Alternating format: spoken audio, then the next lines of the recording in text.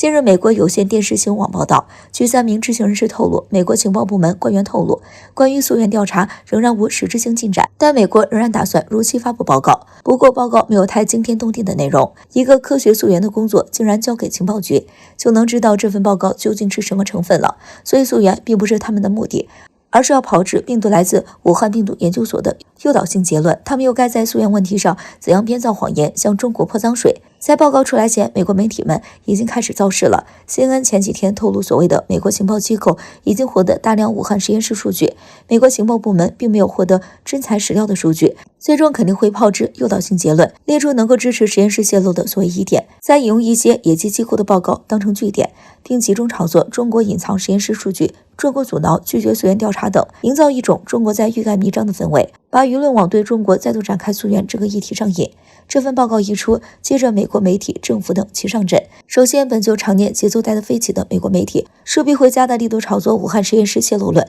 要求对中国展开新一轮溯源工作。而美国的跟班们，比如日本、加拿大、英国、澳大利亚等国媒体帮腔报道，美国和其盟友们齐上阵，可能要搞个联合声明。然而，如果中国拒绝溯源，他们就有借口拿起制裁大棒，借此对中国卫健委、国家疾控中心、武汉病毒研究所人员等发起制裁。美国又能借此打压冒尖的中国生物科技和医疗医药领域。最后，美国议员们又准备推动各种病毒溯源的反华议案，继续向世卫组织总干事谭德赛施压，甚至继续要求中国赔偿。美国在溯源上搞政治操弄，这是对中国要价筹码，同时转移国际社会对包括德特里克堡在内的美国生物实验室的种种疑虑。最该被查的是美国，所幸已经有多国政府和媒体都公开表态，反对美国将疫情溯源化，甚至美国个别媒体也开始披露美国实验室0号病人的疑点。而中国要做的就是在多个国际平台上发声施压美国，团结更多国家推动世卫组织到美国溯源。同时，我们的科研人员和媒体应该跟进，披露更多美国实验室不为人知的一面。中国不能再被动，应该更主动出击，绝不允许他们把这口锅扣在中国人头上。很多人都知道，台海问题一直都是我国必须面对的一大难题。虽然是我国的内政问题，但是总有一些不安分的国家无时不刻地想要插手，阻挠我国完成统一。美日两国就是其中最为积极的，时不时地发表涉台言论和挑衅行为，为岛内顽固势力撑腰助威。台海地区局势也因此持续动荡不安。也许很多人都在想，一直都说中俄战略伙伴虽不是同盟，但胜似同盟。台海若发生战争，俄罗斯会不会出手相助？最近国外就有学者对这个问题进行了讨论，结果是他们认为，中国和美国一旦在台海发生战争，俄罗斯有很大可能会对中国伸出援手，不过中国也需要相应的付出一些代价。在他们看来，俄罗斯和中国一样，同样都面临着美国敌视，不同的是，针对俄罗斯的主要是美国和身在欧洲的北约盟友。从克里米亚和黑海局势就可以看出，美国和北约一直都没有放松对俄罗斯的制裁和围堵，而针对中国的主要是美国以及日韩澳等国，中俄在这方面可谓是同病相怜。一旦台海发生战争，由于美日安保条约和美韩共同防御条约的存在，日本和韩国很可能会加入战斗。出于俄罗斯国家利益方面的考虑，俄罗斯很可能会出动远东的部队，对日韩进行警告和制衡，为中国减轻压力。虽然中俄共同对抗美帝国主义非常符合俄罗斯的国家利益，但是俄罗斯很可能会因此向中国提出一些要求，毕竟国与国之间没有永远的友谊，只有永恒的利益。这些要求可能是某些技术、大量金钱，甚至某些承诺。相信面对这一难题，我国也有着自身的考虑。如果俄罗斯领导人聪明的话，应该不会开出太过分的条件。毕竟俄罗斯在欧洲对抗美国，也需要中国的鼎力相助。这些都是国外学者的分析，虽然有着一定的道理，但是我们也不能将希望完全寄托在俄罗斯身上。毕竟大国之间的博弈非常复杂，美日等国如果决心在台海与我国大战一场，想必也是做足了万全的准备，肯定会对俄罗斯有所防备，甚至和俄罗斯达成一些私下的协议也说不定。所以不管俄罗斯会不会出手帮助，我们都要努力发展自身，做好最坏的准备。我们必须坚定不移地完成统一大业，不管遇到什么困难，任何外力都不能动摇这一决心。最后祝愿伟大的祖国繁荣昌盛，山河无恙，人间皆安。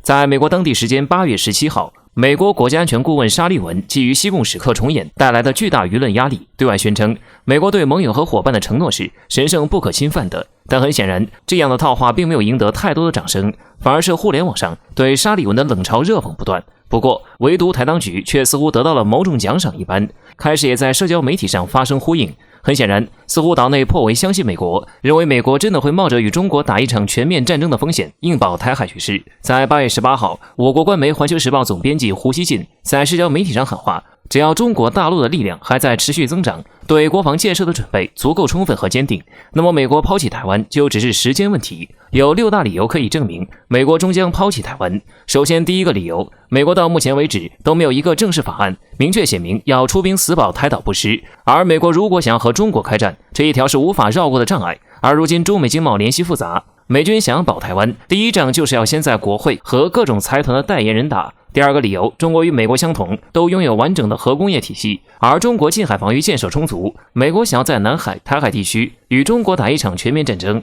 美国没有完全必胜的把握。而对于台海战争的预测，五角大楼也进行过很多次，美国是否会冒着这样的风险与中国开战呢？第三，台当局这些年只顾玩弄政治话题，操纵舆论风向，真的有勇气与解放军正面交锋吗？别说比之国军，就是美国扶持的阿富汗政府也未必比得上。而且台湾内部又是蓝绿阵营森严，台当局有多大把握能够动员全部力量？第四，台湾一直认为自己和阿富汗不一样，更有价值，但有什么资格不一样呢？就因为能够威慑中国大陆吗？然而在1949抛下国军，在1979年又与中国大陆建交，把台湾当局的外交等级一降再降。如今面对一个可能爆发全面战争的中国大陆，美国为什么就一定会死保台海局势呢？第五，支撑美国全球霸权的野心，最根源的是它的综合国力。然而近几年里，美国什么现状，全世界是有目共睹的，而中美力量上的变化也同样如此。随着时间的推移，美国想要用台湾牵制中国的想法也会逐渐消失。第六，一旦中国决定动手，必然是以最快速度解决登陆作战的一切障碍。而在短时间内，全新的台海局势被塑造以后，美国敢不敢为了一个小岛与中国赌一场国运之战？答案很明显。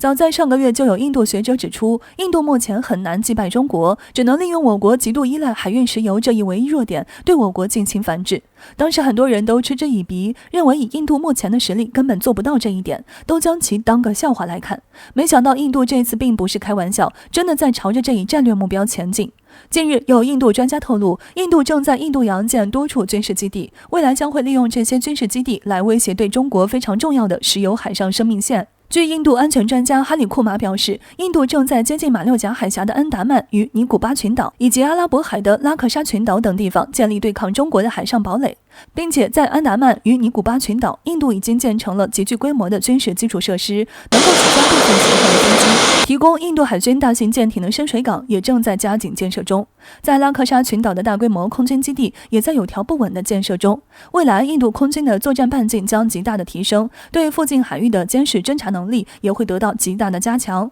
从印度新建的这些军事基地的地理位置，我们可以看出，印度这次是认真的，想要彻底控制住这条我国海上石油贸易的生命线。除此之外，印度近期同美日等国互动频繁，还与越南在南海地区进行了联合军事演习，种种迹象表明，印度亡我之心不死。虽然印度口口声声称发现了我国唯一的弱点，但这只是印度方面的一面之词。我国对于海上石油生命线非常之看重，但不代表我国就将一切希望都寄托在这一条航线上。不要把鸡蛋放在一个篮子里的道理不需要我多说。我国的石油进口并不只是从印度洋和马六甲海峡经过，有从俄罗斯过来的、中亚过来的。印度总不能冲到他国去将这些路线全部切断吧。而且不要忘了，我国本身就是一个资源非常丰富的大国，自身的石油储备完全可以满足解放军的需求。况且以印度海军的实力，想要控制马六甲海峡，切断我国石油贸易路线，也要先过我们的人民海军这一关。从目前来看，虽然印度自己吹嘘海军世界前3，